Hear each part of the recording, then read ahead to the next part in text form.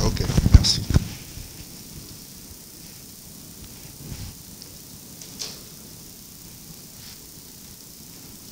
Bien. Mesdames et messieurs, bonjour et merci de répondre présent à notre invitation. Monsieur le président de confédération ici présent, monsieur le président du Comité national olympique et sportif du Bénin, monsieur les UPS, mesdames et messieurs les directeurs d'entreprise, mesdames et messieurs les membres et présidents de conseil d'administration, mesdames et messieurs les responsables de fédérations sportives, chers partenaires, chers amis, et comme nous parlons de sport, j'ai envie de dire chers coéquipiers, bienvenue à cette rencontre à laquelle nous vous avons conviés pour passer en revue avec vous un élément fondamental de notre politique sportive.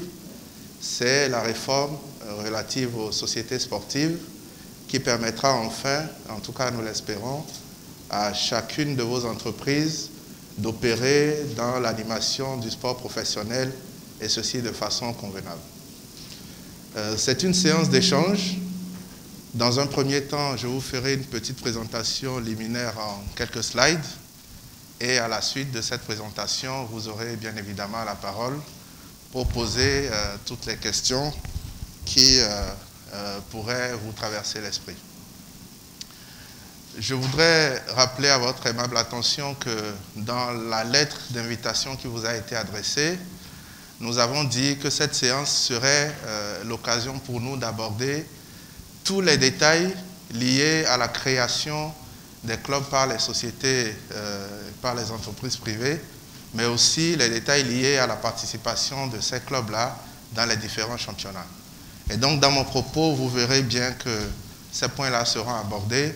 Et ensuite, quand vous aurez la parole, vous aurez la possibilité, bien évidemment, de poser toutes les questions, parce que nous souhaitons que cette rencontre soit la dernière de ce genre. Vous savez très bien dans quelles conditions nous la tenons, et qu'après cette rencontre, donc, nous entrions dans la phase opérationnelle, bien évidemment, avec un accompagnement qui pourrait être personnalisé à la demande de chaque entreprise ici présente, ou même de celles qui n'ont pas pu venir dans la salle. Alors, mesdames et messieurs, vous le savez tous, nous sommes partis de loin. Vous savez que le Bénin est un pays dont les 77 communes, les 12 départements regorgent de nombreux talents sportifs, mais que pendant longtemps, il n'y avait pas dans notre pays un programme cohérent de détection, de formation et de promotion des talents à la base, et qu'il n'y avait presque pas d'infrastructure adaptée à la pratique du sport. Vous savez également que nous n'avions pas dans notre pays un mécanisme structuré d'incitation au financement du sport par le secteur privé, et qu'enfin, nos stades étaient totalement désertés, il n'y avait plus d'engouement populaire, et que le sport béninois n'avait plus de visibilité, que ce soit au plan national et même au plan international. Face à cette situation, le 16 décembre 2016, le président de la République et l'ensemble des membres de son gouvernement, et surtout dans le secteur des sports dont j'ai la charge depuis environ 4 ans, nous avons donc réfléchi à travailler pour améliorer cela. Et cette nouvelle volonté politique, avec l'implication personnelle du chef de l'État, nous a amené à prendre des décisions, la plus grande étant d'organiser à la fois le sport de masse à travers la détection, la formation et la promotion des talents. Et pour cela, nous avons institué des classes sportives. Et vous le savez, c'est un programme pour lequel nous avons subdivisé le pays en plusieurs zones géographiques et qui s'adresse exclusivement à nos enfants qui sont inscrits dans nos lycées et collèges. Ce programme a connu une première phase et est en cours de restructuration pour des performances encore plus intéressantes. Nous avons également instauré des associations sportives communales et l'ensemble de ces deux projets fait l'objet aujourd'hui d'une étude minutieuse au regard des dysfonctionnements qu'il y a eu dans la phase pilote afin de sortir un programme encore plus intéressant. Et vous savez tous que nous avons engagé un programme ambitieux, courageux de construction et de rénovation d'infrastructures sportives, en même temps que nous rénovions les stades majeurs comme Kourounou, Charles de Gaulle et René Pleven. Le gouvernement du Bénin a engagé un programme de construction de 22 stades dans 22 communes du Bénin et ce n'est que la première phase. La deuxième phase prévoit que d'autres communes soient également impactées. Et enfin, c'est le cœur du sujet qui nous rassemble cet après-midi. Nous avons mis en place un dispositif de financement du sport par le secteur privé. Nous y sommes allés progressivement. Vous savez que dans un premier temps, nous avons pris un certain nombre de mesures incitatives liées à la défiscalisation des salaires et investissements sportifs. Ensuite, nous avons mis en place une taxe d'1 pour 1000 du chiffre d'affaires hors toute taxe à titre de contribution. Nous l'avons dénommée taxe du développement du sport. Et enfin, vous le savez, cette taxe qui, dans un premier temps, était à l'avantage des associations seulement, et donc les sociétés propriétaires ou copropriétaires d'associations étaient exemptées, elle a été élargie au bénéfice des fédérations sportives. C'est pour moi l'occasion de vous remercier parce que, au titre de cette taxe, je voudrais vous dire que l'année dernière, en 2019, nous avons collecté un peu plus de 2,6 milliards et que déjà, au titre de cette année 2020, nous sommes à 1,2 milliard. Et donc, vraiment, c'est l'occasion de vous remercier encore au nom du gouvernement. Cela étant, il y a un constat majeur. Et c'est ce constat qui justifie la rencontre de ce jour.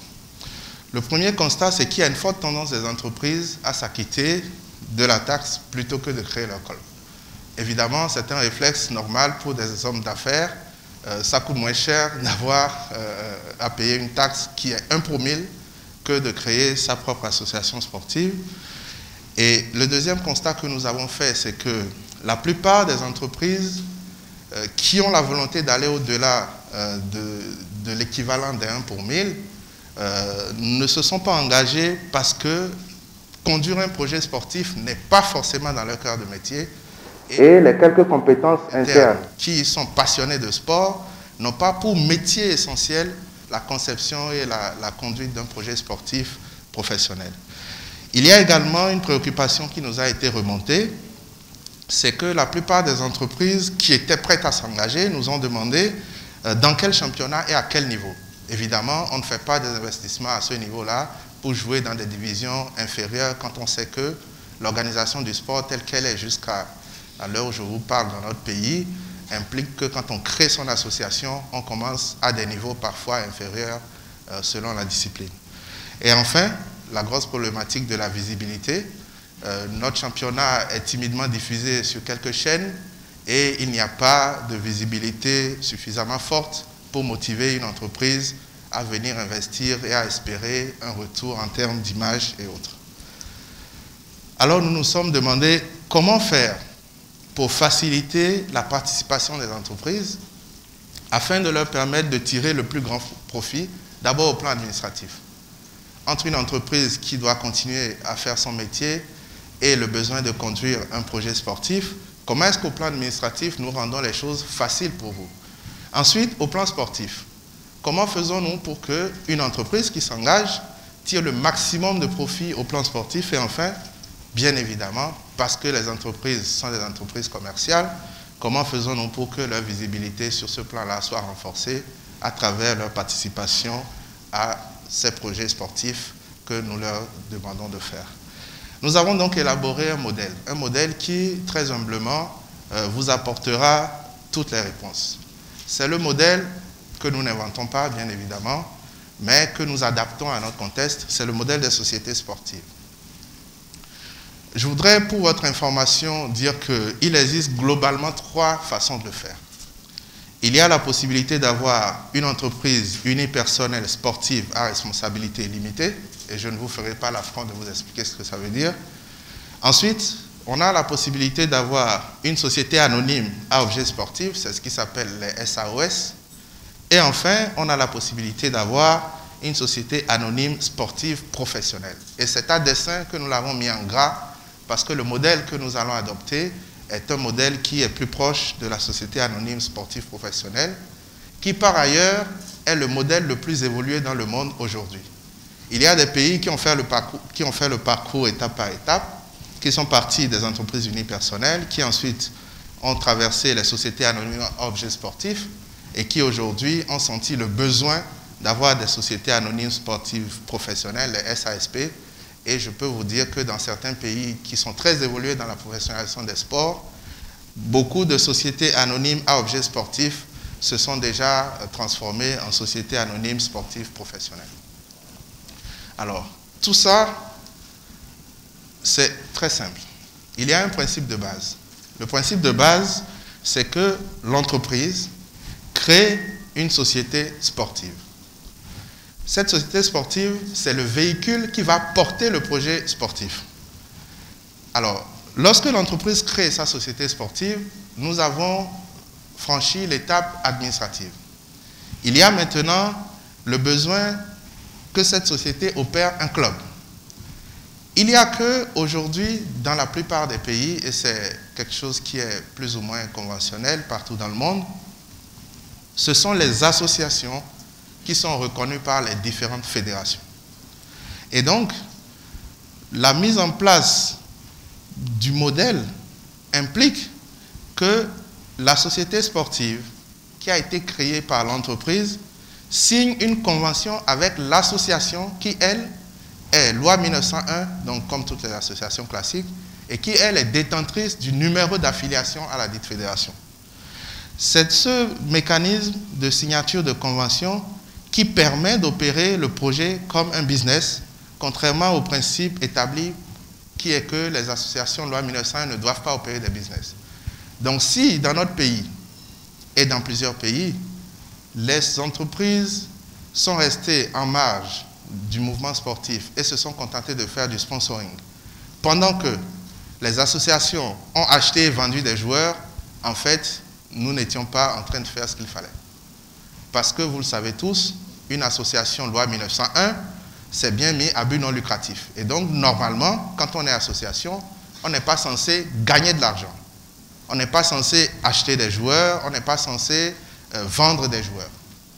Surtout, retenez le principe qu'on n'est pas censé faire du profit.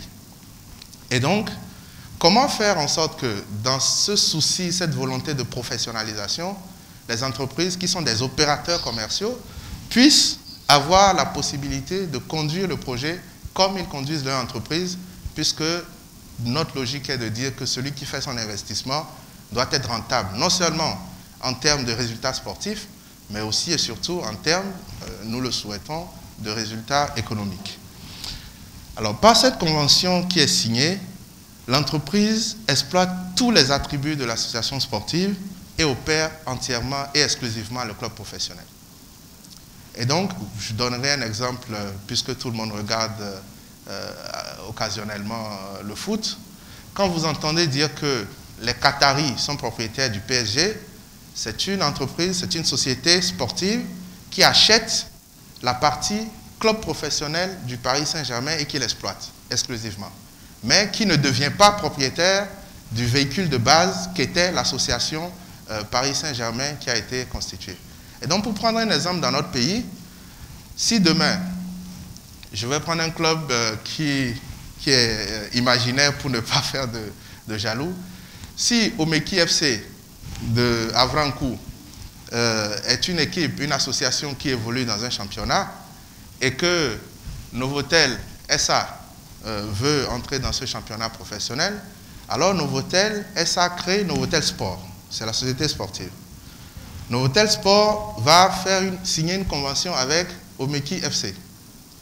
Cette convention va établir que Omeki FC concède à Novotel tous les droits sur l'utilisation de la position du club, du nom, les couleurs et tout ça.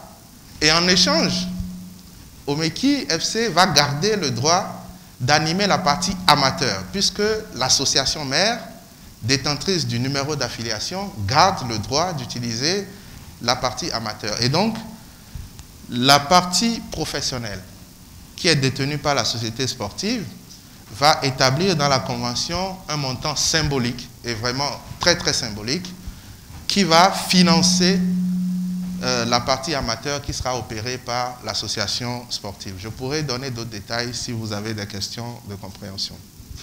Et le choix que nous avons fait dans notre pays, c'est que dans les disciplines qui vont être opérées dans le cadre de cette réforme, et là, je veux vous dire, c'est toutes les disciplines dans la mesure du possible, nous voulons privilégier les catégories d'âge.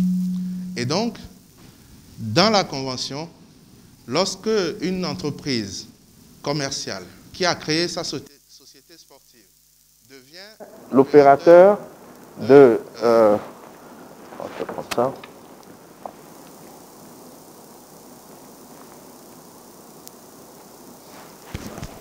Ah bon, ça marche.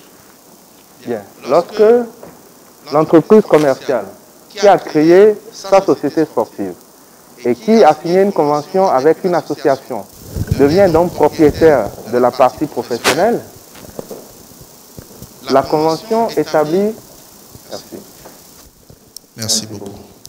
La convention établit donc que dans notre pays, tout ce qui est relatif aux catégories d'âge, parce que nous voulons promouvoir le sport des jeunes dans toutes les catégories, tout ce qui est relatif aux catégories d'âge va être porté par la partie amateur, par l'association, mais sur financement de la société sportive.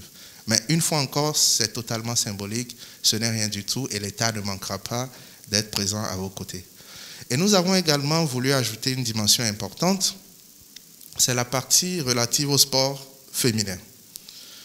Il y a des disciplines dans lesquelles les femmes sont en avant, il y en a d'autres dans lesquelles nous avons besoin de faire un effort et donc nous avons retenu que la convention qui lie les sociétés sportives et les associations rend obligatoire l'opération en dehors du club professionnel, de clubs dans les catégories d'âge et aussi dans les disciplines réservées aux femmes.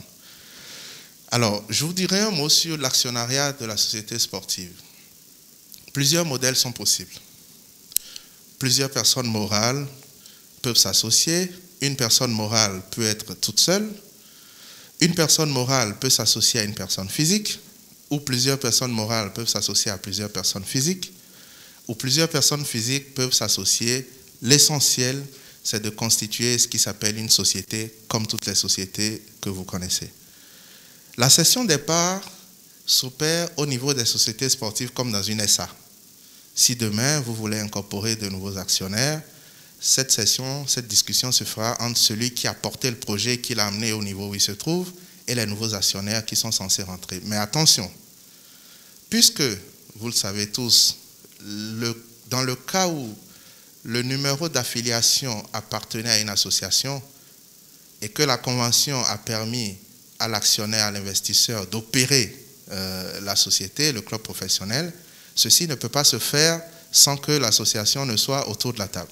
Mais c'est important de préciser que dans le modèle béninois, et j'insiste là-dessus, dans le modèle béninois, notre option est de dire que celui qui investit et qui veut ressortir demain, quand il a porté un projet qui a eu du succès, il est normal que ce soit lui qui soit l'interlocuteur de l'actionnaire qui veut reprendre le club ou s'associer à lui pour continuer à conduire le projet. C'est notre approche. Il y a des pays dits de référence, je le dis très humblement, où vous n'avez pas cette approche, où en fait, tous les investissements sont faits au risque et au péril de celui qui porte l'investissement et la possibilité d'avoir de nouveaux actionnaires dépend exclusivement de la volonté de l'association mère.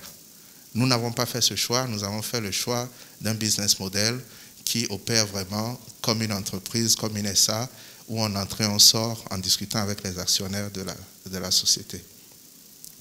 Alors, il y a deux possibilités, puisque ce que je présente aujourd'hui fait suite à un certain nombre de choses qui ont déjà été faites par certains d'entre vous. La première possibilité, c'est une association sportive existante qui est reprise par une entreprise. On a déjà des exemples dans la salle. Dans ce cas, convention obligatoire. Dans le cas où l'entreprise elle-même a créé son association, sa propre association, et nous avons également des cas dans la salle, il y a quand même le besoin que l'association signe la convention avec la société sportive. Il y a des entreprises dans la salle où, par exemple, l'Assemblée générale qui a consacré la création de leur association sportive est une assemblée générale du personnel de l'entreprise. Dans ces conditions-là, ce n'est pas le personnel de l'entreprise qui opère le club professionnel, sinon cela reviendrait à dire que c'est exclusivement le personnel qui mobilise les ressources. Et donc, la société sportive qui va être créée par l'entreprise mère va signer une convention avec l'association qui a été créée par les membres du personnel, de sorte à ce que demain, ce n'est pas notre souhait, mais si la société, l'entreprise mère, qui est distincte de l'association créée par les membres du personnel, si elle veut opérer un changement d'investisseur, que cela puisse se faire indépendamment à la fois de son travail en tant que société, mais aussi du statut de propriétaire du club que les membres de son personnel ont en tant que détenteurs donc, de numéro d'affiliation en tant que membre fondateur de l'association. Et donc, ce qu'il y a d'important à retenir ici, c'est que dans les deux cas, la convention est obligatoire. Il y a une grosse question, c'est alors comment on participe aux championnats, différents championnats dans le pays. Je voudrais rappeler que dans ce projet, nous avons eu une très très belle adhésion du Comité national olympique et de l'ensemble des fédérations. C'est vrai, la démarche a été une démarche participative, mais c'est important de le dire, aujourd'hui, toutes les fédérations sont engagées dans la volonté de voir des clubs professionnels. Nous avons convenu de redéfinir les cahiers de charges. Les cahiers de charges, je ne vous l'apprends pas, c'est les différents critères obligatoires pour participer au championnat chaque saison. Et ces cahiers de charges peuvent évoluer d'une saison à l'autre. Nous avons retenu de faire une réforme des ligues professionnelles. Pourquoi? Parce que dans certaines disciplines au Bénin, quand vous créez un club aujourd'hui, vous commencez dans une ligue amateur obligatoirement. Or, il se trouve que vous qui êtes dans cette salle, nous sommes en train de vous demander de faire un investissement pour conduire des projets sportifs professionnels. Il est possible que certains d'entre vous aspirent, dès le départ, à jouer à des niveaux qui leur paraissent raisonnables par rapport aux investissements qu'ils conduisent. Et donc, nous sommes obligés de faire une réforme des ligues, et je peux vous annoncer que la réforme telle qu'elle est conduite aujourd'hui, telle qu'elle est conçue avec le soutien du président de la République, c'est un modèle unique qui va distinguer une ligue professionnelle dans toutes les disciplines et une ligue amateur. Et les mécanismes pour sortir et entrer d'une ligue à l'autre, on vous les décrira au besoin. Et donc enfin, nous allons faire une territorialisation de la dynamique à travers la répartition géographique des clubs. Je vais prendre la discipline la plus répandue et qui est considérée comme le sport roi, à tort ou à raison.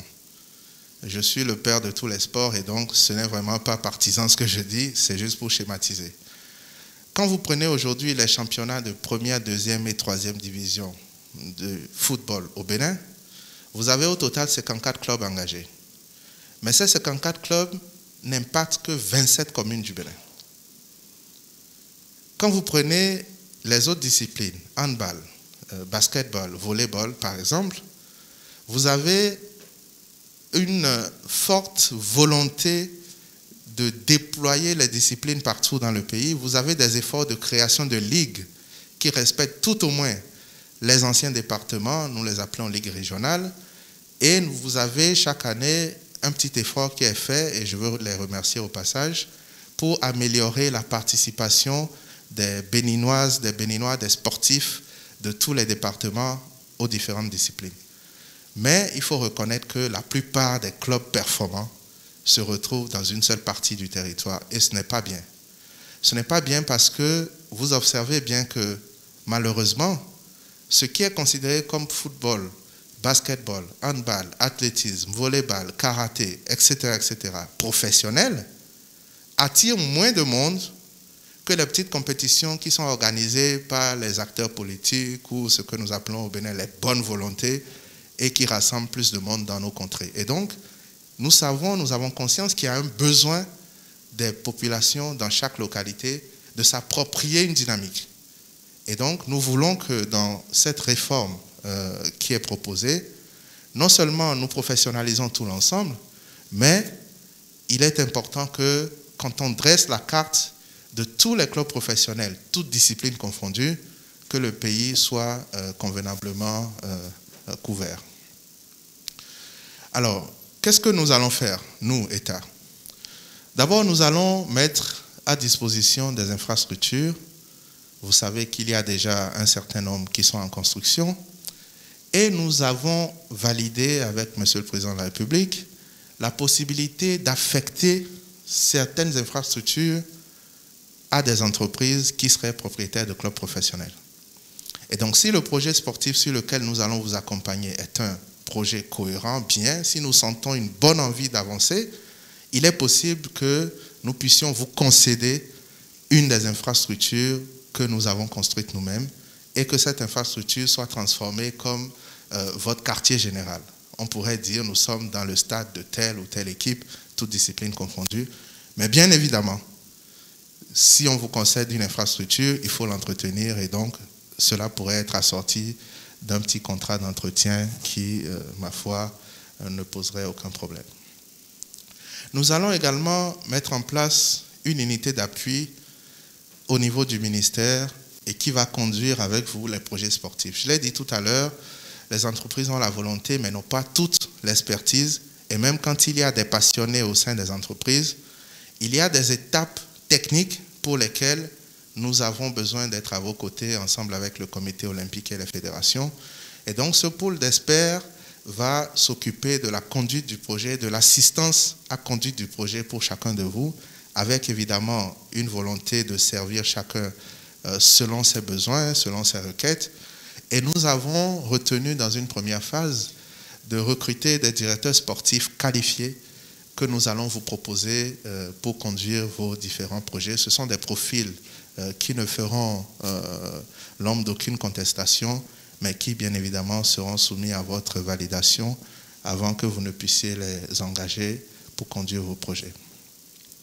J'ai évoqué tout à l'heure la question de la visibilité. Aujourd'hui, je sais que la plupart des entreprises dépensent pour faire de la publicité dans les médias, etc. Il y a de notre part une volonté de créer, pour vous encourager à porter les projets sportifs, un environnement comme on en voit dans les grands pays.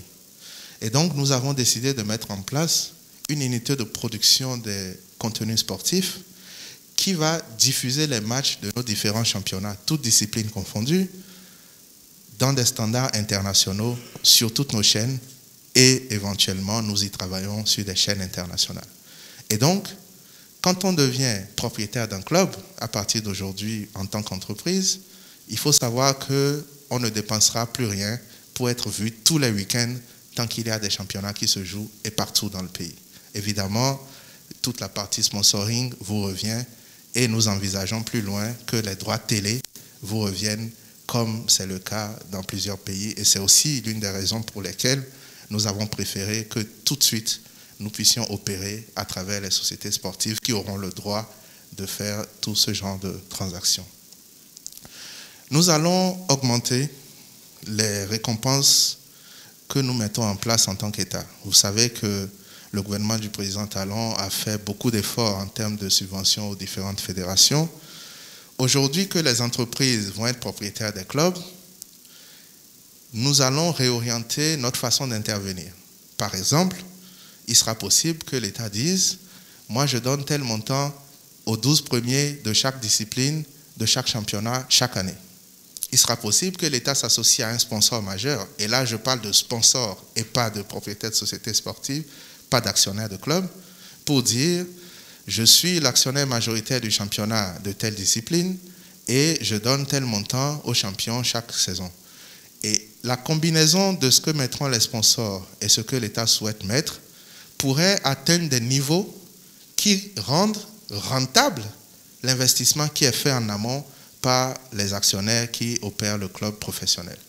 Et donc, en début de saison, chacun pourra ambitionner, en recrutant des joueurs, en recrutant un encadrement technique de qualité, de gagner un championnat en sachant qu'à la clé, il y aura bien évidemment des ressources qui seront mises à disposition. Et aussi parce que nous savons que quand vous avez fini de gagner, il y a le besoin d'aller dans les compétitions africaines pour lesquelles d'expérience, les clubs, les fédérations ont besoin d'un coup de main en général de l'État. Enfin, nous allons renforcer les fédérations et également renforcer nos subventions aux différentes fédérations.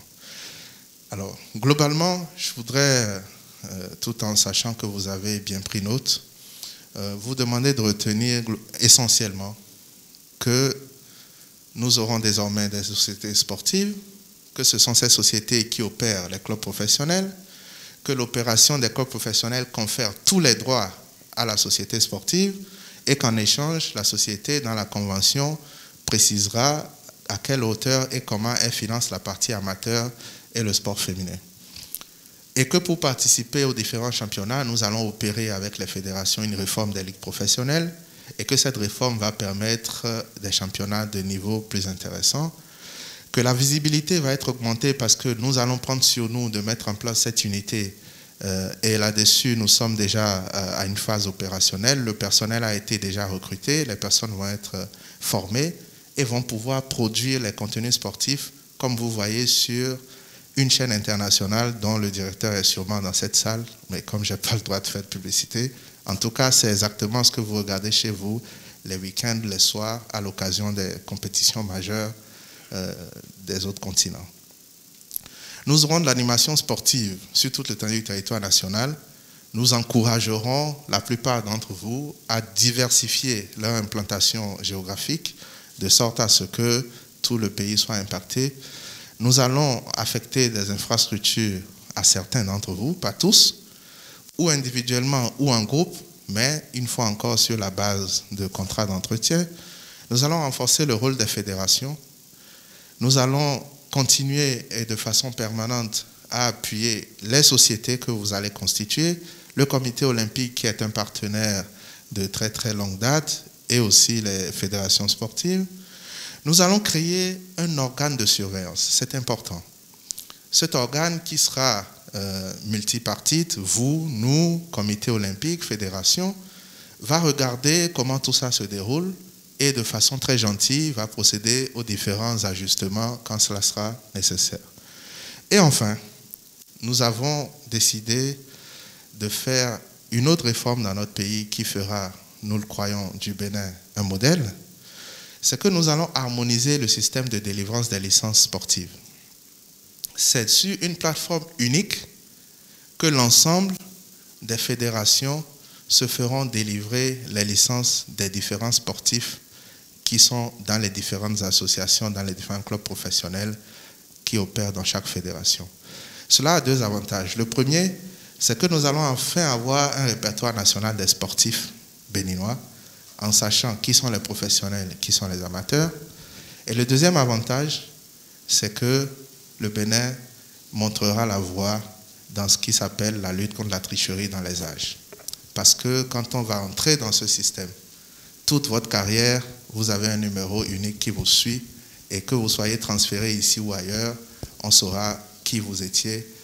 Et la bonne nouvelle pour vous, futurs propriétaires de clubs professionnels, c'est que les réformes à l'international prévoient aujourd'hui que tous les clubs qui, à un moment ou à un autre, ont formé les sportifs puissent tirer profit de ce que le sportif devient.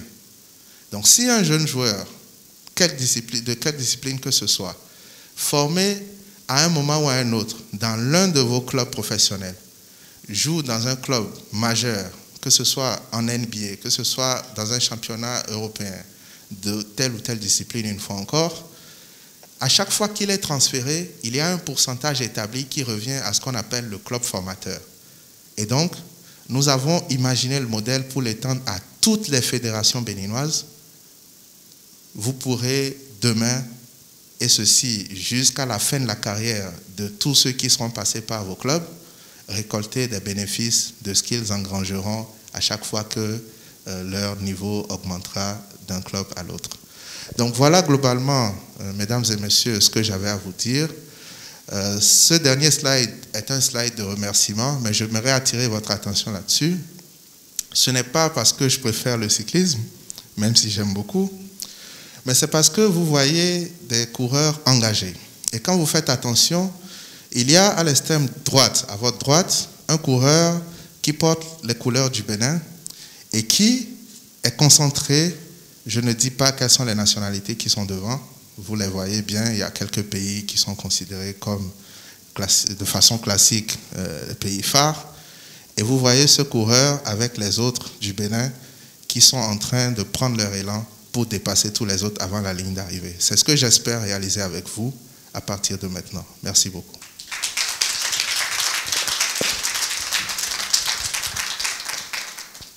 Merci à Monsieur le ministre pour cette belle présentation. Mesdames et messieurs, à présent, la parole va circuler. S'il y a des points d'ombre, des questions, des préoccupations, on va les recenser très rapidement. Un retour à Monsieur le ministre pour des apports de solutions et de réponses.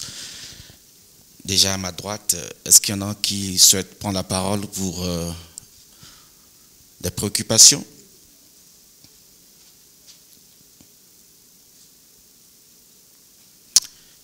Oui. Monsieur le directeur général, Monsieur Gaston Zosso. On va faire une première liste. Monsieur Gaston Zosso. Ensuite, qui d'autre, s'il vous plaît? Oui, monsieur. Monsieur Lokosu Désiré. Ensuite, oui, monsieur.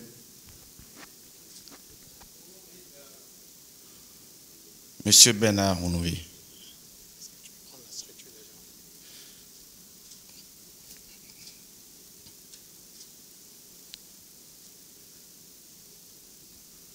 Oui. Une autre intervention, s'il vous plaît? Oui, monsieur. Pardon? Vous venez de quelle structure, s'il vous plaît? ORTB. Oui, monsieur? Monsieur Yaya. Quelle structure? La SBE.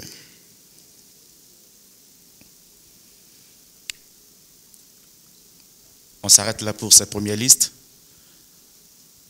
Alors, Monsieur Gaston Zosso, s'il vous plaît.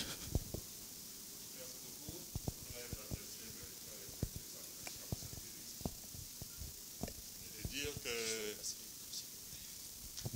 quand je me considère dans cette salle, c'est juste comme un homme de bonne volonté qui trouve devant lui une organisation, une réflexion, une projection dans le futur qui rassure et qui me donne juste envie de m'engager passionnément de toutes mes forces pour contribuer. J'ai peut-être appris tardivement ou compris tardivement que peut-être que l'instinct guerrier des peuples qui cherchent à dominer les autres va être bientôt sublimé dans la victoire sur les stades et les arènes de jeu. Et que peut-être les armes seront rangées. Le sport prendra de plus en plus de l'importance. Il n'y a qu'à se souvenir du succès relatif que notre équipe nationale de football a eu il y a quelques mois.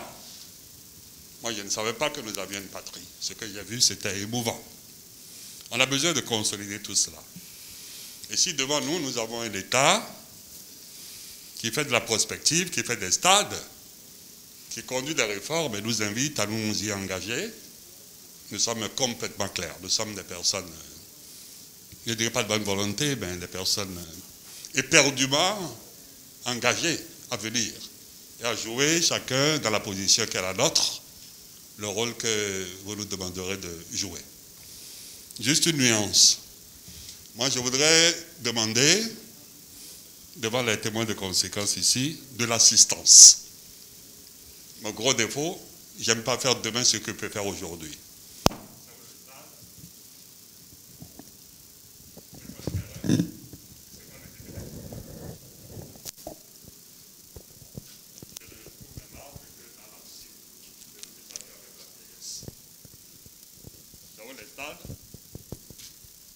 C'est quand le début des championnats. C'est quand la balle au centre. Ce n'est pas de la fanfaronnade, juste qu'un bon athlète sprinter, je propulse le haut de mon corps devant et j'impose à mes jambes de le rattraper, de peur que je le chute. Je me suis permis de dire, je le répète ici avec respect, en matière de football, battez-vous pour la deuxième place. La première est prise par l'Auto-FC. Merci, monsieur le ministre. Merci. Monsieur Désiré.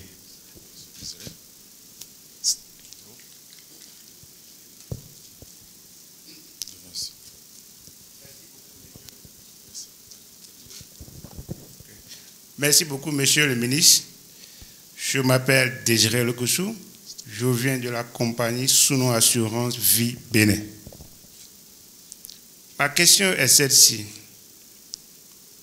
Lorsque Souno Assurance, par exemple, qui, l'année passée, a payé la TDS d'un montant de 7 millions, par exemple, aujourd'hui, c'est vrai, la présentation, elle est motivante. Lorsqu'elle prend la décision aujourd'hui de créer une société sportive, quels seraient ses avantages? Parce que le ministre l'a dit au début.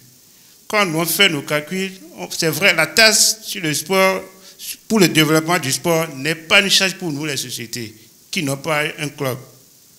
Mais lorsque je prends l'engagement de créer cette société aujourd'hui, quels seraient mes avantages?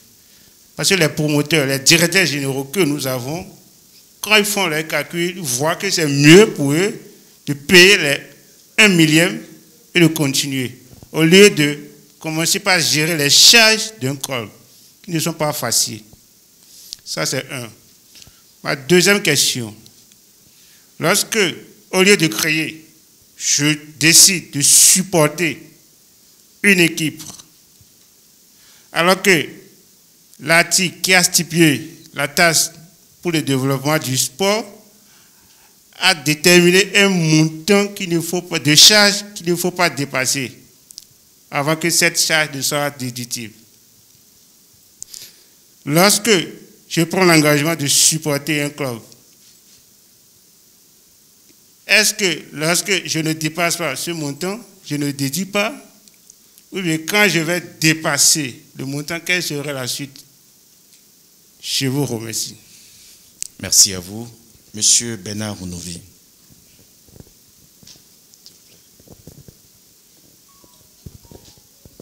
Merci, monsieur le ministre.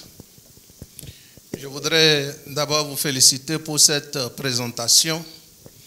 Elle est assez claire et ça vient me réconforter un peu dans un débat que nous avons eu récemment sur Radio Topa, sur exactement le sujet.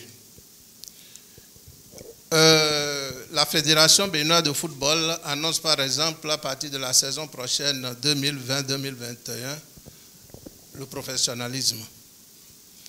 Mais quand nous parlons du professionnalisme, le chemin est quand même assez long.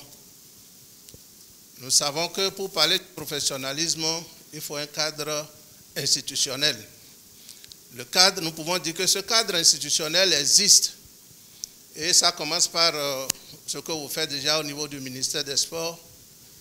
Ensuite, nous avons les fédérations, nous avons les ligues, puisque dans la réforme que vous venez de présenter, vous avez parlé des ligues professionnelles. Parce que, comme par le passé, nous avons assisté à des choses qui n'étaient pas très bonnes pour le professionnalisme. Quand nous parlons de professionnels, est-ce que nous avons la fédération? La fédération gère généralement la partie amateur du sport. Et il faut une ligue professionnelle pour gérer tout ce qui est professionnel. C'est bien déjà dans la réforme. Maintenant, dans le cadre institutionnel, ce qui vient s'ajouter, qui est nouveau, c'est les sociétés sportives.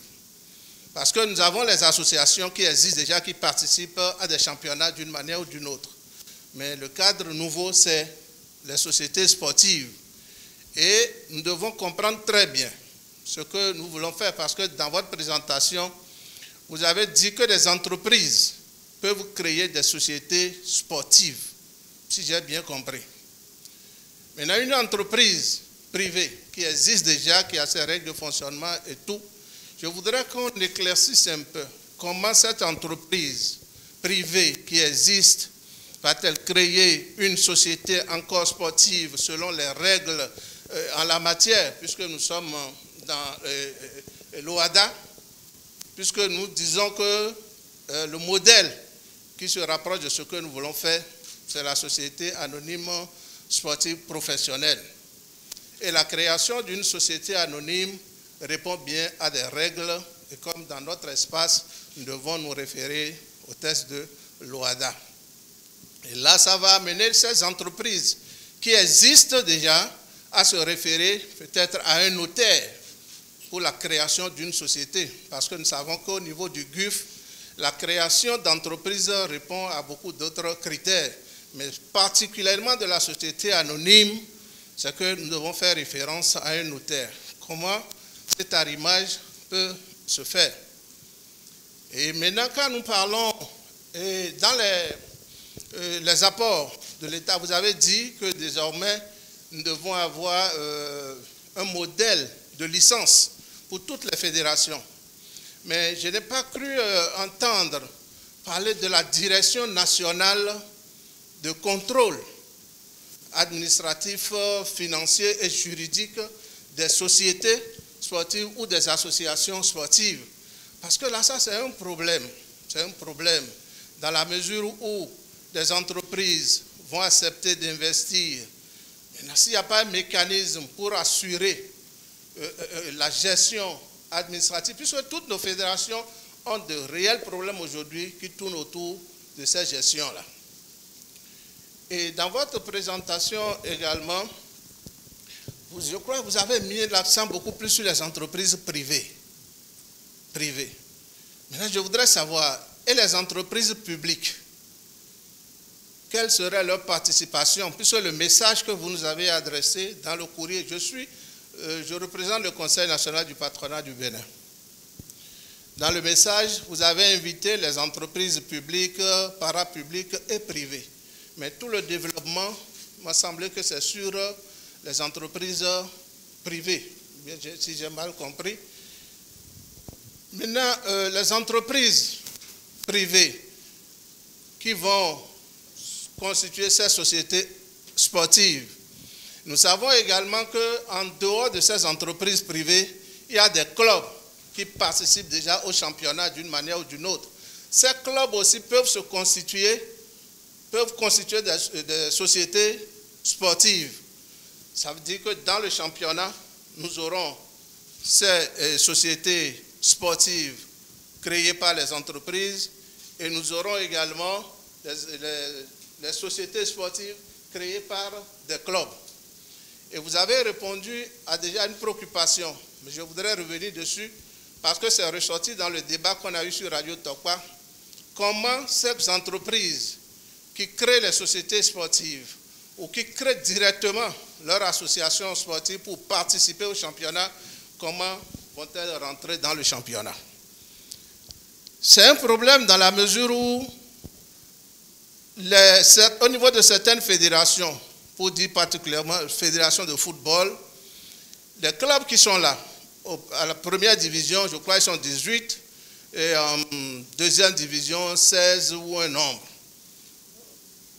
Aujourd'hui, si on ne définit pas clairement le mécanisme d'entrer dans le championnat, les entreprises ne pourront pas investir, comme vous l'avez dit, de gros sous pour qu'on les renvoie en division inférieure. Or, aujourd'hui, c'est la Ligue 1 et Ligue 2 seulement qui sont souvent professionnels au Bénin.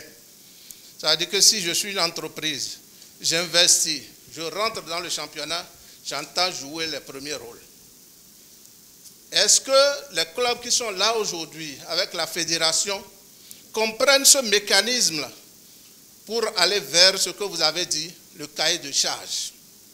Parce que le cahier de charge, c'est ça qui va définir les critères désormais pour pouvoir participer à la Ligue 1 ou à la Ligue 2. Parce que c'est question de gros sous. Et il faut des avals des institutions financières, et ainsi de suite. Il faut que ces entreprises présentent également les dispositions financières pour y aller. Donc, dans le débat que nous avons eu, c'est qu'il semblait dire que les clubs qui sont là aujourd'hui ne pourront pas accepter que des nouvelles sociétés ou de nouvelles sociétés sportives créées viennent rentrer dans le championnat sans passer par ce que ils sont sur le terrain. Il faut soit les acheter et entrer, ou passer, mais quand je dis, mais ça, il y a un problème qu'il faut vraiment clarifier à ce niveau. Et je voudrais demander, dans un championnat, nous avons dit que le modèle que nous adoptons, c'est la société anonyme sportive professionnelle. Est-ce que dans un championnat, il peut y avoir plusieurs types de sociétés sportives? Puisque vous avez parlé de société anonyme sportive, société anonyme à objet sportif, et vous avez parlé également de société unipersonnelle. Est-ce que dans le même championnat, moi je peux avoir une société unipersonnelle, l'autre une société à objet sportif et l'autre une société anonyme sportive professionnelle, où tout le système va être basé sur...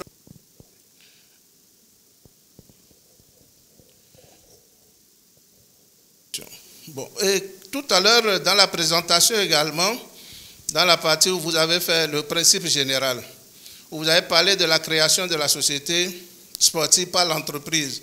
Mais dans le slide à la fin, vous avez dit que c'est l'entreprise qui a créé la société sportive qui gère les attributs de l'association sportive. Je ne sais pas si j'ai bien vu. Et je voudrais demander quel serait, à partir de ce moment, si c'est l'entreprise qui gère les attributs de l'association directement, quel serait le lien entre la société sportive et l'entreprise à ce niveau. Je ne sais pas si on peut repasser la question là où vous avez parlé de principe général. Oui. La page suivante, s'il vous plaît. Là, on a parlé de création de la société sportive par l'entreprise et vers la fin. Oui. La convention de l'entreprise, c'est ça. On dit pas cette convention. Oui, si, je vous en. L'entreprise exploite tous les attributs de l'association sportive et opère les clubs professionnels. Et la société intermédiaire, la société sportive qui a été créée par l'entreprise, quel est son rôle dans la gestion de ces attributs? Merci, Monsieur le ministre. Merci. À votre suite, nous allons enregistrer l'intervention de Monsieur Koyou de l'ERTB. Merci.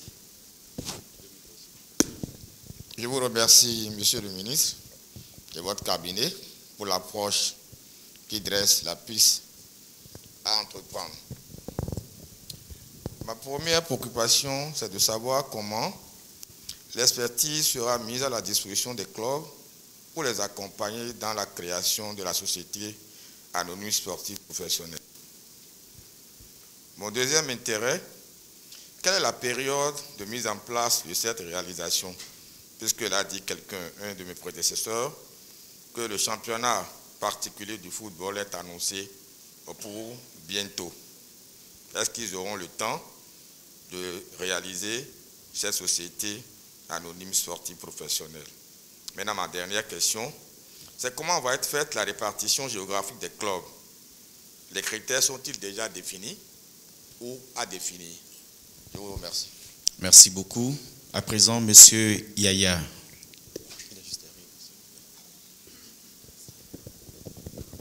Merci. Je voudrais d'abord féliciter le ministre et ses collaborateurs.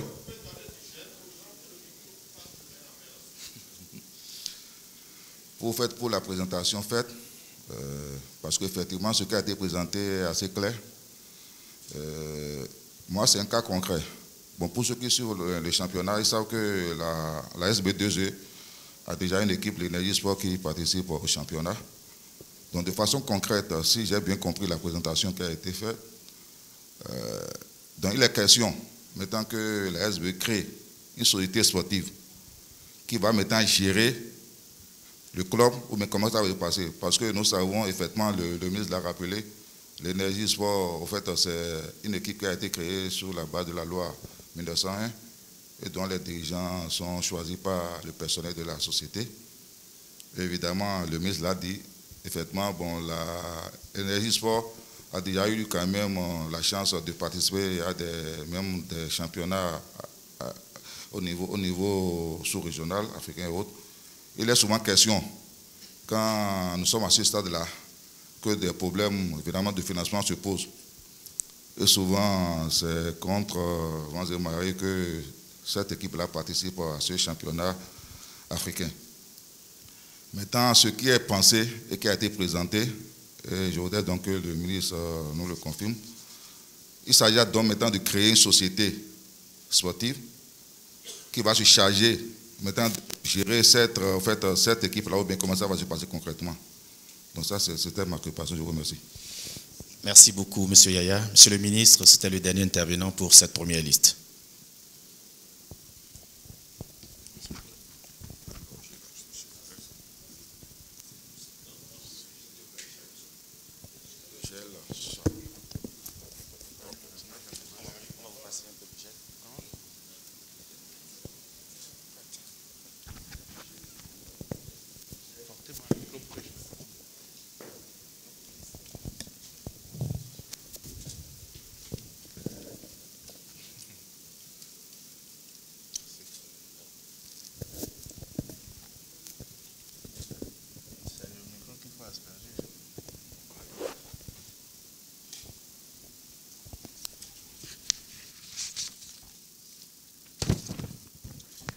Merci.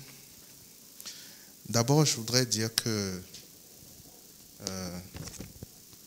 le modèle tel que nous l'avons imaginé et présenté a bien pris en compte toutes les questions que j'ai entendues ici.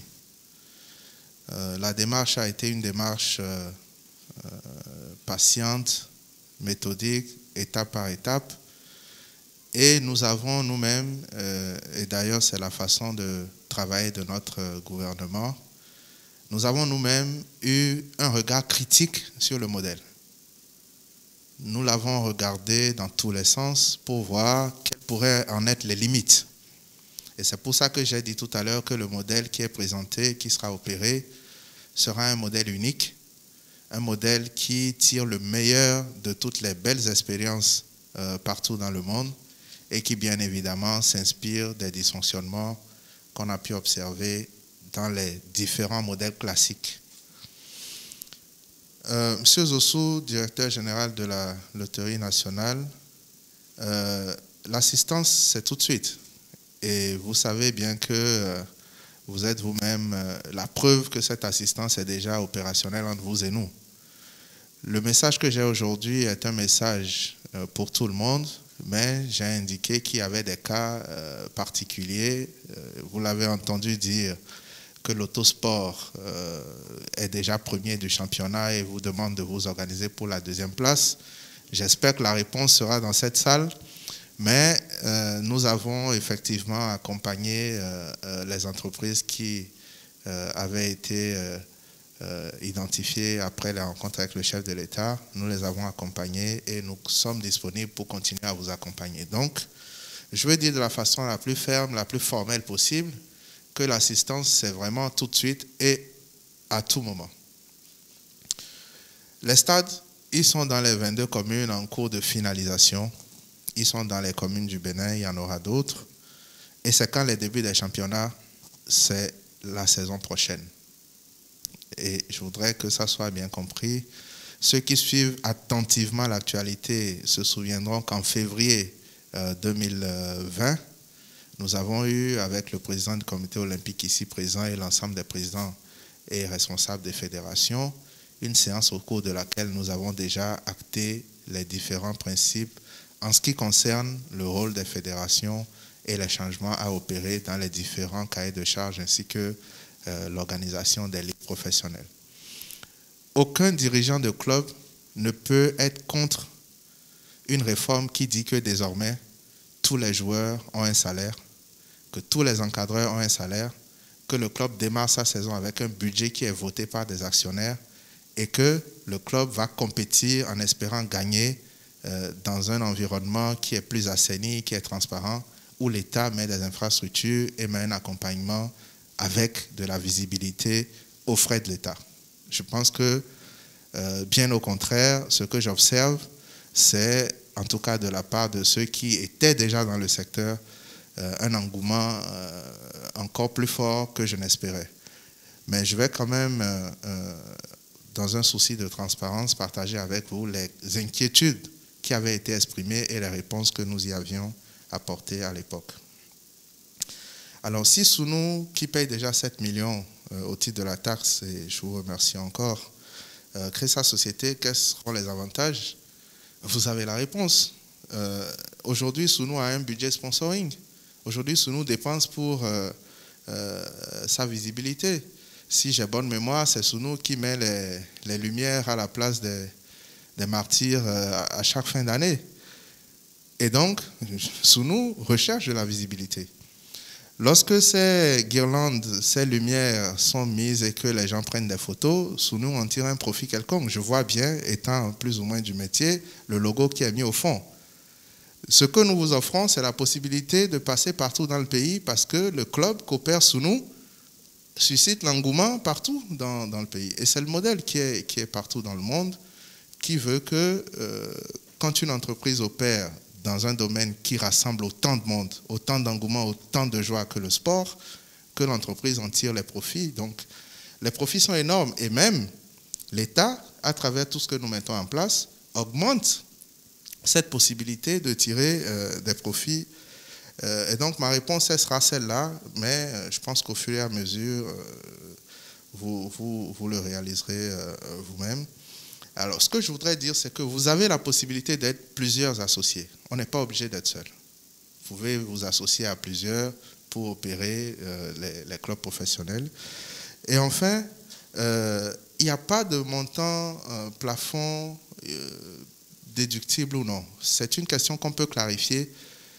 Ce qui a été dit, c'est que dans le cadre du paiement de la taxe, qui est fixé à 1 pour 1000 du chiffre d'affaires hors toute taxe, si vous payez l'équivalent de ce montant en vous acquittant de la taxe sous une forme d'assistance à un club, une association, et plus tard nous l'avons élargi aux fédérations, c'est évidemment le montant équivalent qui sera déductible.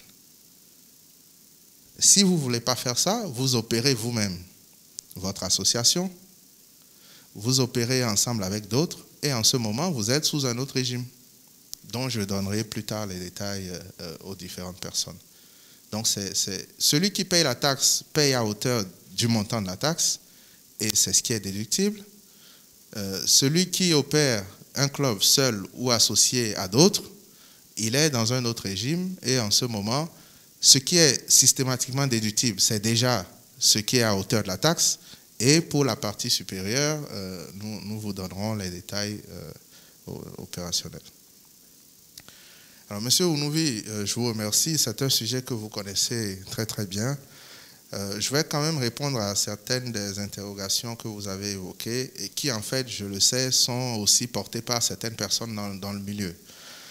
Alors, comment une entreprise privée qui existe va créer la société sportive? Par le mécanisme que j'ai décrit. Le DG de la PIEX est dans cette salle. Nous allons mettre en ligne sur la plateforme qu'utilisent toutes les entreprises aujourd'hui les statuts types, les modèles de convention type, et nous vous en informerons et vous pourrez vous en inspirer pour faire les formalités. Mais ce que je voudrais vous dire, c'est que comme on a commencé à le faire dans tous les domaines, les procédures seront simplifiées. Ce que nous souhaitons, c'est que dans tous les cas, les clubs évoluant en ligue professionnelle soient opérés par des sociétés sportives. Et c'est déjà écrit dans les tests. En vérité, nous avons déjà, dans certaines disciplines, franchi le pas en termes de tests. Vous l'avez dit, la Ligue 1, Ligue 2 au foot que vous avez cité sont censés professionnels, mais on sait très bien qu'aujourd'hui, alors c'est 16 clubs en D1, 18 en D2, les 34 sont sous la forme d'associations. Et donc, normalement, si en bout d'exercice, les comptes ne sont pas équilibrés à zéro et que, par exemple, une association aujourd'hui qui opère en tant que club de première ou deuxième division a acheté et revendu des joueurs et a fait du profit, normalement, nous sommes dans une violation des tests. Et donc, c'est aussi pour ça qu'il est temps que cette réforme puisse enfin se mettre en place dans notre pays. Vous faites bien d'évoquer la Direction nationale de contrôle. C'est ce que nous voulions mettre dans ce que j'ai appelé, je vais vous le montrer rapidement,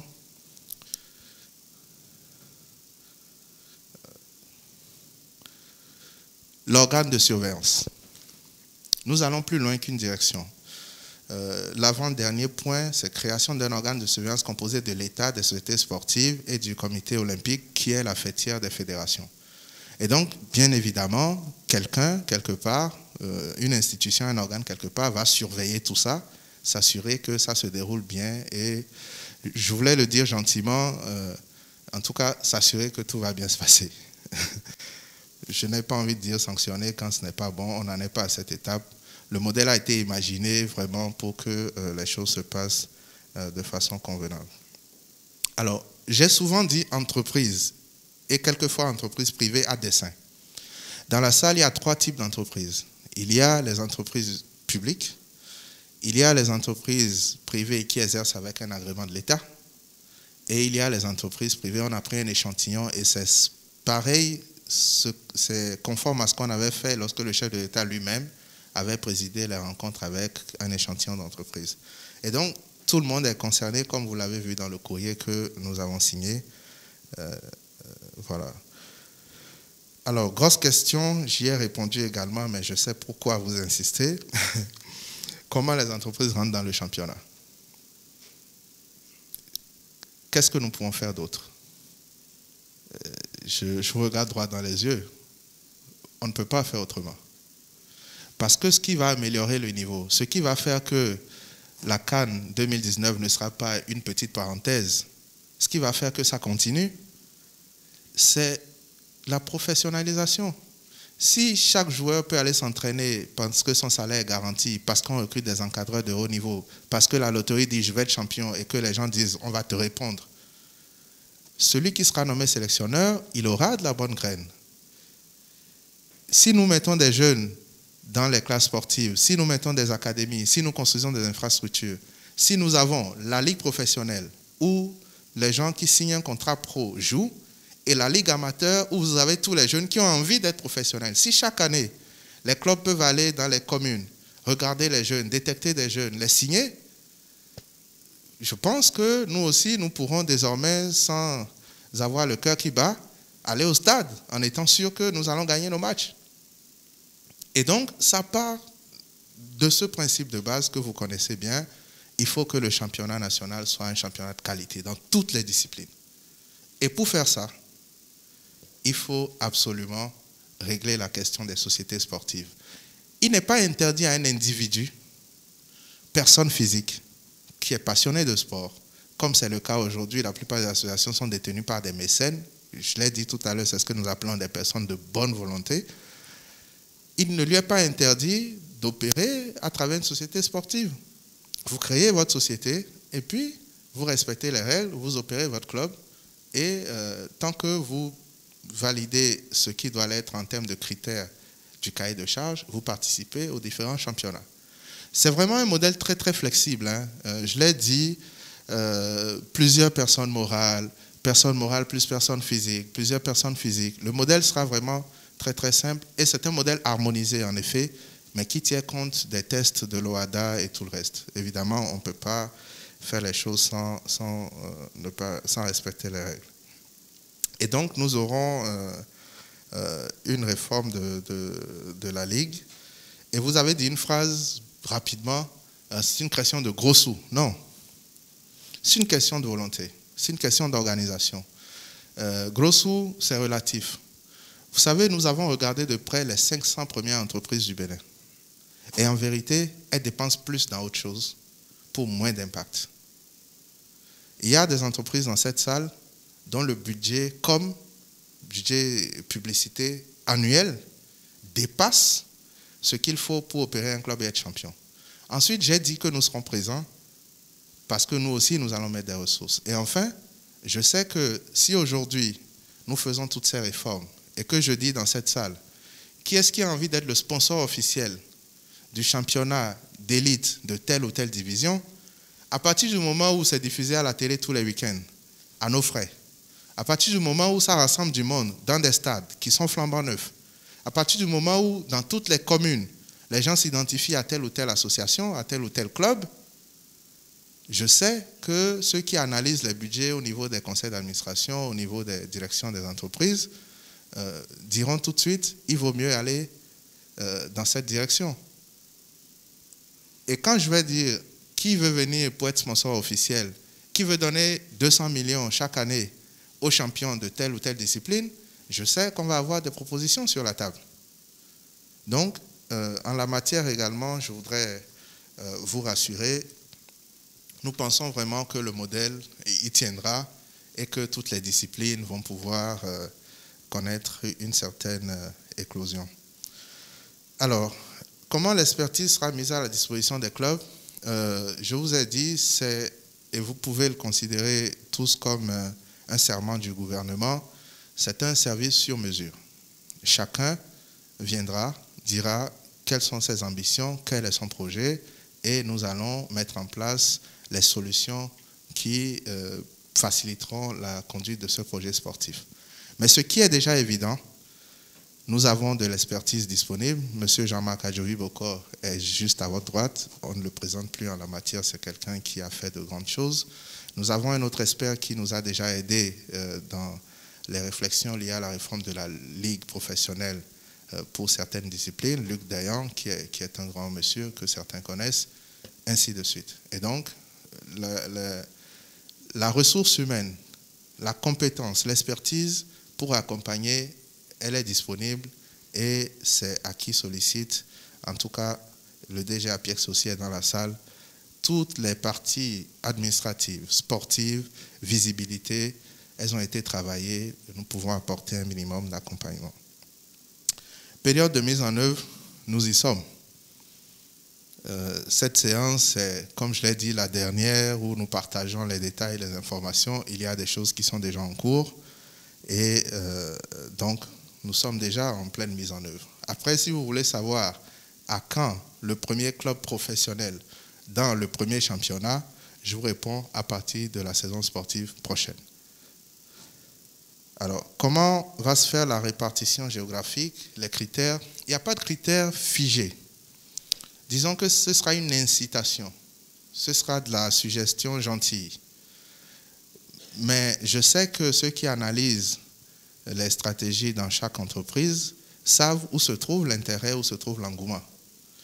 Ensuite, tout le monde sait où se trouve le talent. Et quand chacun va avoir son club professionnel, il y aura un marché qui va s'animer. Les jeunes pourront exprimer leur talent, nous mettons toute la formation derrière, chacun ira sur le marché, recruter les meilleurs talents, les meilleurs encadreurs possibles. Et donc tout ce mélange-là, cet ensemble, va créer une bonne dynamique dans le pays. Vous avez vu la joie que crée la construction des infrastructures. Si après ces infrastructures n'abritent pas des clubs de haut niveau pour chaque week-end donner le sentiment d'appartenance, de partage, d'adhésion à un projet aux populations, cela ne servira à rien.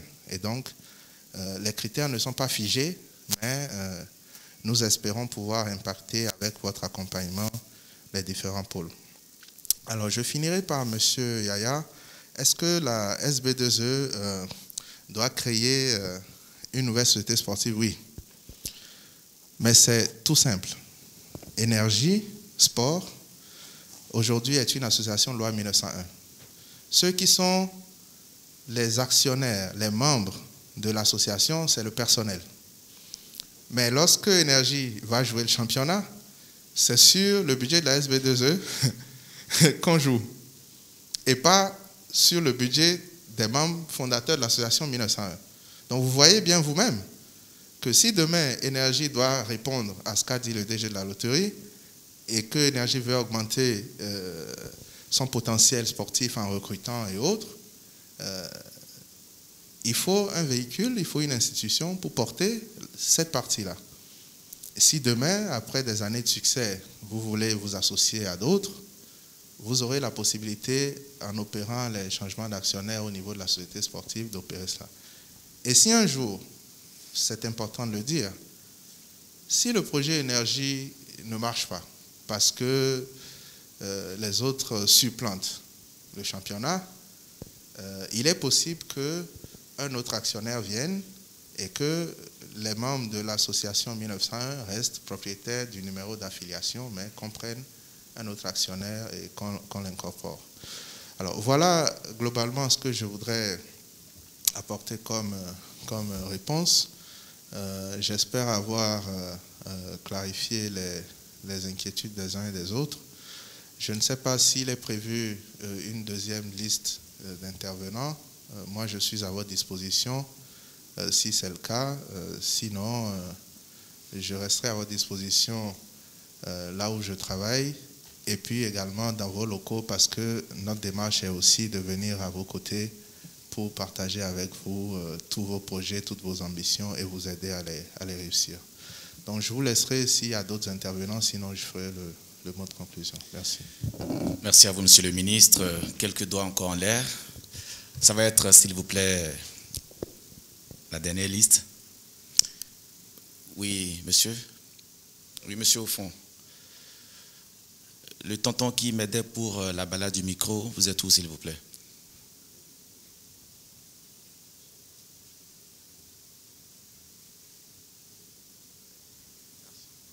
Merci. Il y a un monsieur au fond en costume bleu.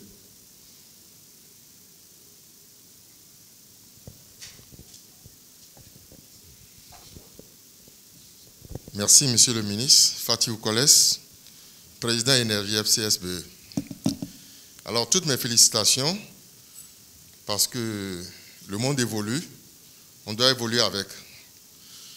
Et je suis persuadé que nous allons mettre les moyens pour y arriver. Mais je voudrais demander deux éléments importants.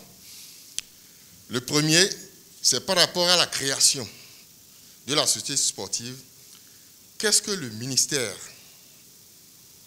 peut réellement faire pour apporter un soutien franc et ferme à toutes ces structures qui vont décider de créer cette société sportive? Il faut qu'il y ait une facilité, peut-être financière, peut-être également par le biais de certaines structures pour les délais d'obtention de tel document. Vraiment une assistance franche, efficace. Deuxième élément, vous avez parlé des réformes. Je pense que vous allez nous clarifier un tout petit peu ce que vous mettez dans les réformes, sachant bien que le championnat au niveau du Bénin, depuis 20 ans, on a quand même un peu d'expérience. Il y a des difficultés. Quand vous prenez par exemple l'arbitrage, les tests, un certain nombre de choses. Il y a des clubs, à des moments donnés, après un match, voient que vraiment ça ne va pas. Mais qu'est-ce que vous allez faire au niveau des réformes pour permettre à tous les participants d'être à l'aise, d'être sûr que à la fin d'un match, chacun accepte le verdict sans commentaire? Merci. Merci beaucoup. Y a-t-il une autre intervention? Oui, monsieur.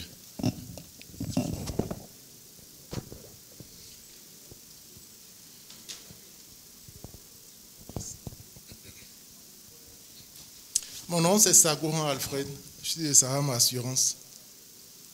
Je voudrais remercier Monsieur le ministre pour sa présentation et ce projet du gouvernement qui est vraiment intéressant.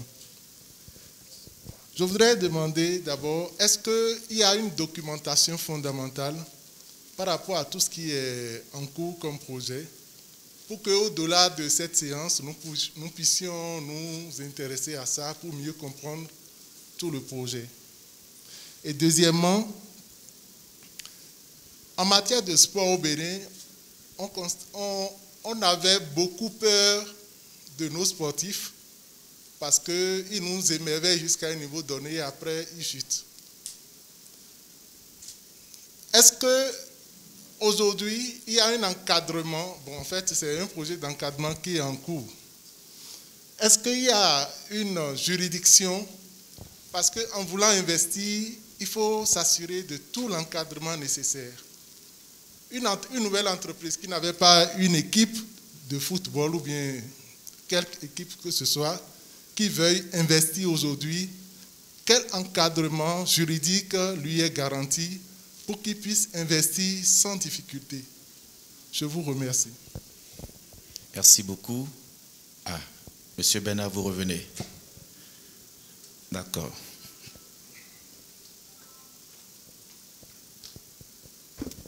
Merci, Monsieur le ministre. Ma préoccupation, c'est par rapport au cadre juridique qui doit régir le professionnalisme que nous voulons. Je sais qu'il y a un travail important qui est en train d'être fait en ce moment par rapport à la relecture des tests. Mais c'est que les résultats de ce travail sont attendus pour novembre, je crois. Bon, maintenant, vous avez dit que le championnat, c'est tout de suite, maintenant. Voilà que nous sommes dans cette période de coronavirus où le sport est interdit. Enfin, les stades sont fermés. C'est vraiment quand? Parce que si le championnat de football doit commencer là, il y a une saison, il y a une période où on peut démarrer le championnat pour cadrer avec le calendrier de la CAF et de la FIFA. Est-ce que les tests juridiques seront-ils prêts avant que ça ne démarre ou c'est peut-être pour l'année 2021 ou 2022?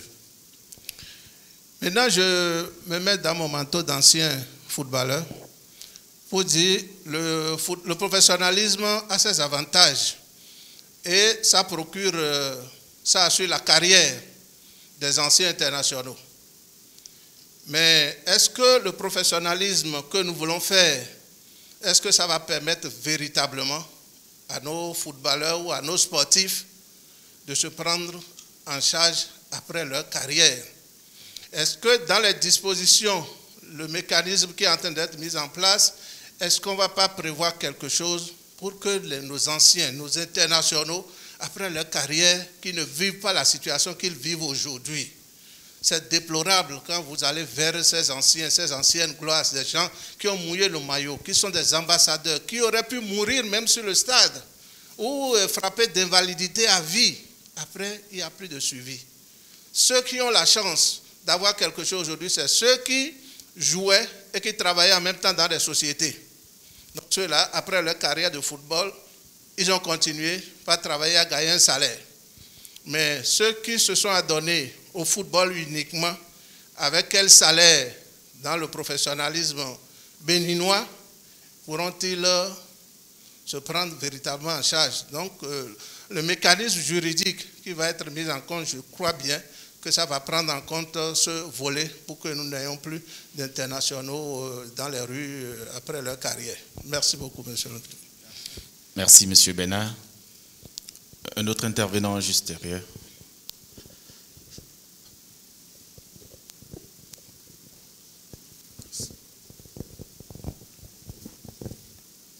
Merci, monsieur le ministre. J'aurais préféré ne pas avoir à prendre la parole, mais j'ai désespérément attendu qu'une autre fédération, ou en tout cas d'autres sports autres que le foot, puissent prendre la parole, mais malheureusement, je n'en ai pas entendu. Donc, je me sacrifie pour ce que j'ai l'habitude d'appeler les sports orphelins. Je voudrais vous demander s'il serait possible que l'illustration de cette nouvelle réforme et en tout cas de ces orientations soit un peu adaptée ou actualisée par rapport aux réalités des autres sports, puisque Vous le savez bien, Monsieur le ministre, la plupart des autres sports n'ont pas d'activité aussi intense que celle auxquelles le football peut prétendre. Je n'ai pas dit que le football a.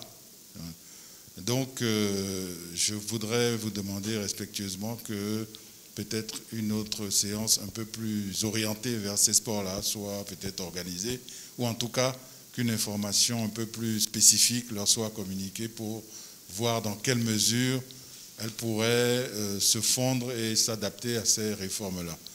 Jean-Claude Talon, Fédération de tennis. Merci. Merci beaucoup.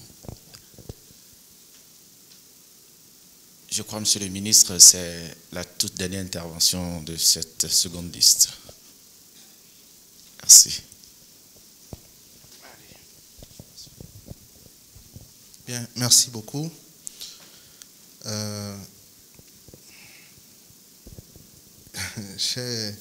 J'ai entendu M. Collès de la SB2E dire un soutien franc et ferme. Et j'attendais de savoir ce qu'il faut mettre dans le franc et ferme. Il a dit, bon, peut-être financier, peut-être, bon, c'est pas la SBE qui va demander ça. Non, bon, c'est pour rien. En fait, le soutien, il sera franc et ferme. Il l'est, il le sera, il sera encore plus efficace si vous le voulez. Je précise que les formalités seront très simples. Vraiment, très simples. Tout ce qui peut être difficile, nous le prenons sur nous. Ensuite, les mesures incitatives sont assez importantes et le but du gouvernement en intégrant cette réforme, ce n'est pas pour gagner de l'argent ou pour compliquer la vie aux entreprises. Vous le savez, nous aspirons à créer et à offrir le meilleur climat possible. Ce que nous entendons faire, c'est vraiment vous soulager de tout ce qui peut vous ralentir dans votre élan de bien faire les choses et de contribuer à la professionnalisation des sports. Vous avez évoqué quelques dérives qui ont été prises en compte dans la réforme. Nous allons présenter aux différents présidents d'associations actuelles les détails opérationnels de la réforme. Aujourd'hui, nous parlons aux entreprises et c'est vrai que la question que vous avez évoquée est une question majeure, mais j'y réponds pour partager avec les autres quelque chose qui est en lien avec le besoin des entreprises d'être assurées sur le niveau de participation et, je l'ai mis quelque part, je l'ai mentionné quelque part, la qualité du championnat. Retenez globalement que toute entreprise qui crée sa société sportive pour opérer un club professionnel évoluera dans un environnement assaini. Ça, vous pouvez nous faire confiance. L'environnement sera assaini et il sera incitatif. Et un des éléments de la réforme, c'est que nous allons donner la possibilité à tout le monde de rêver en début de saison. Chacun pourra aspirer à être champion du Bénin en début de saison. Je communiquerai les détails quand nous serons en face des clubs. Je voudrais également, en réponse à M. Sagboran de Saham Assurance, dire qu'il existe de la documentation. Elle sera mise à disposition sur les plateformes que j'ai indiquées. Et l'encadrement juridique pour sécuriser l'investisseur, c'est déjà ce que nous sommes en train de faire. En tout cas, l'ambition du gouvernement est de faire en sorte qu'en entrant dans ce projet, on en sorte sans casse. Et c'est pour cette raison que nous disons que de la façon dont vous avez conduit votre projet, et c'est valable pour les entreprises, dépend la valeur qu'aura ce projet sportif. Et c'est pour toutes les disciplines. Monsieur Jean-Claude Talon, j'ai dit, et je veux le répéter, toutes les disciplines. Il n'y a rien dans ce modèle qu'on ne puisse adapter au tennis. Il n'y a rien dont le tennis a besoin qu'il ne soit quelque part sur un slide. C'est valable pour toutes les fédérations. Après, dans la partie organisation des ligues professionnelles, tout le monde n'est pas organisé de la même façon. Mais quand on prend le cas du tennis, que vous et moi nous connaissons bien, et qu'on regarde aujourd'hui comment sont organisés les clubs, la seule chose que nous voulons, c'est que, en dehors de ce que la fédération fait avec ses propres ressources, et nous savons que les ressources sont en deçà des besoins, en dehors de l'effort que l'État fait pour mettre un petit complément, qui aussi reste en deçà des besoins, en dehors des sponsoring que l'on obtient sur tel ou tel projet de compétition, que demain, des entreprises, banques, assurances, d'autres, soient propriétaires de clubs de tennis, au lieu de se contenter d'être sponsors.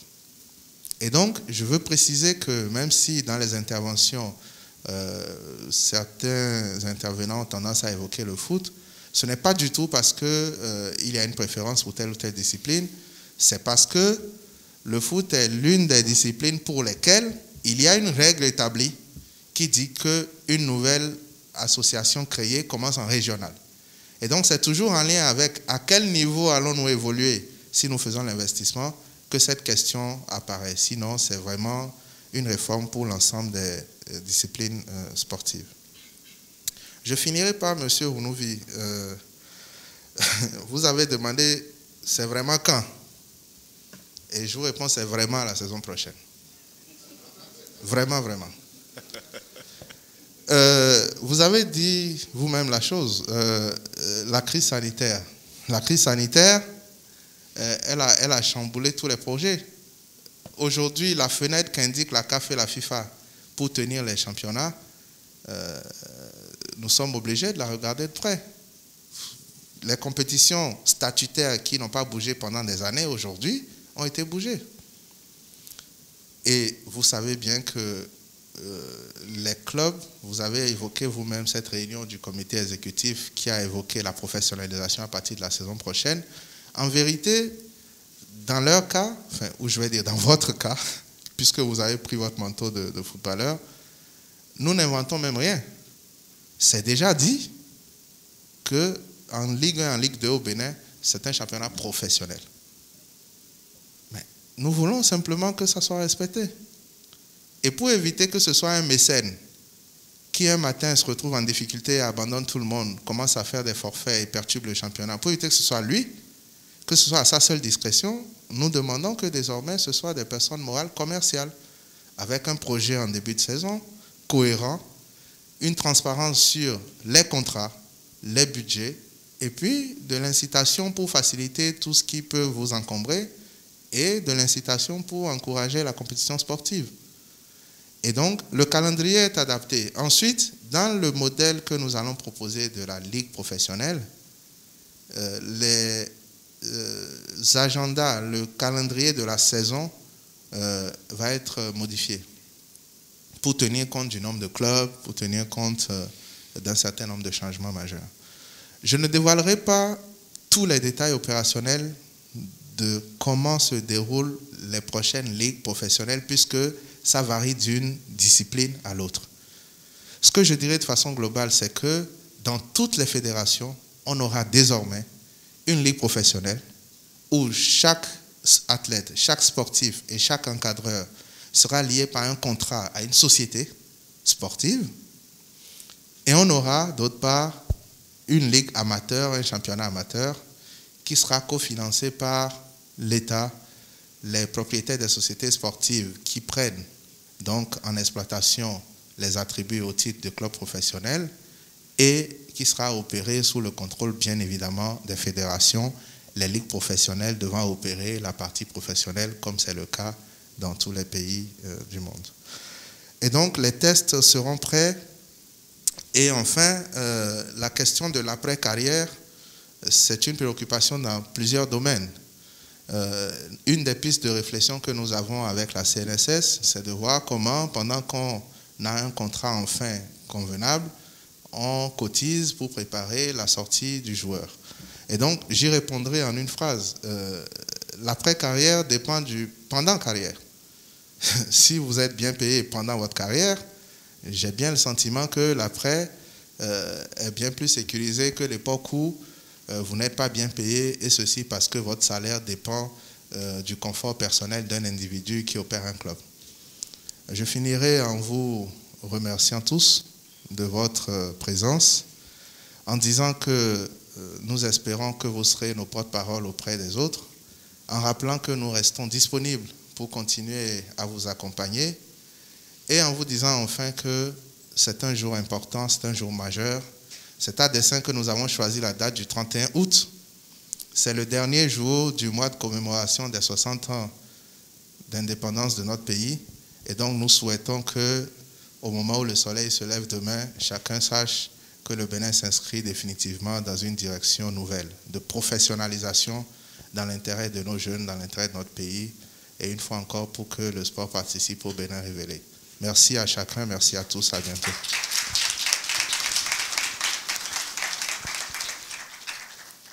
Merci à vous, Monsieur le ministre, pour cette présentation qui retrace dans les détails les mesures importantes pour un meilleur visage du monde sportif en République du Bénin. Mesdames et messieurs, ce sera tout pour cette séance de présentation. J'annonce que nous allons avoir l'opportunité de partager une petite collation à côté. Merci et à bientôt.